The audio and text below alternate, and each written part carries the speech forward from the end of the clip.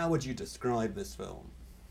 I describe it as a very, very touching, moving story about a family going through some pretty, it's about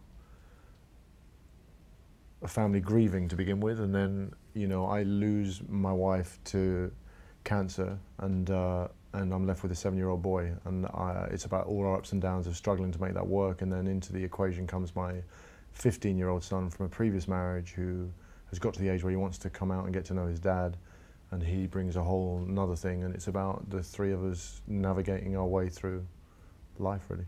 It's all completely true. It's from a memoir. It all happened to Simon Carr, who is a writer for The Independent. He was a sports journalist. He was in Australia, and everything is true. And I think that does make a big difference when you're doing a movie, because it all rings true because it is.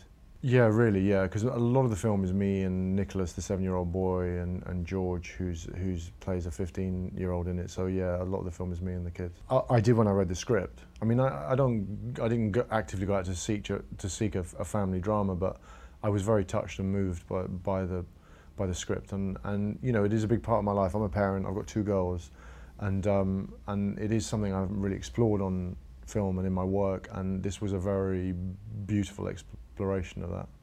I think it's the fact that that it is based on a true story, but it's a terribly moving story. I mean, if the film is set up, and there are scenes having to explain to my 7-year-old boy that his mum isn't going to be around for too much longer.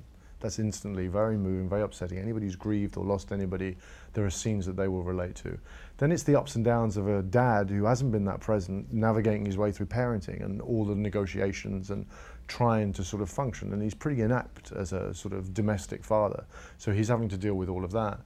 And then there is a whole new life of the 15-year-old who he left when he was very young and moved to another country, who comes full of sort of the complications and the hurt and the pain of being left, and he comes into the equation. So there's just an awful lot, I think, that people will relate to. Yeah, I think it probably is true, and I think this is an unusual story because there's a kind of freedom to the fatherhood that he explains and sort of wrote in the book. It's completely free, but it is lacking in other things, and it's about the sort of struggle of a guy trying to do it on his own. And there's no question that fathers parent very differently to mothers. And the whole thing had very strong resonances to me because, and I was as interested in exploring the tougher times as I was the really good times. There's some really lovely, free, fun times that are spent as a family, and then there's stuff that's much harder and more difficult to negotiate, and I think that's what parenting's like. It's a constant negotiation, and it isn't always easy. And very often families and movies are represented as this sort of perfect little unit where everything works, and it's not. It's much more volatile than that, Young children before they hit 7 or 8 are like little manic obsessives, There are endless negotiations and stuff you have to deal with children, and I thought that this script really explored that really beautifully.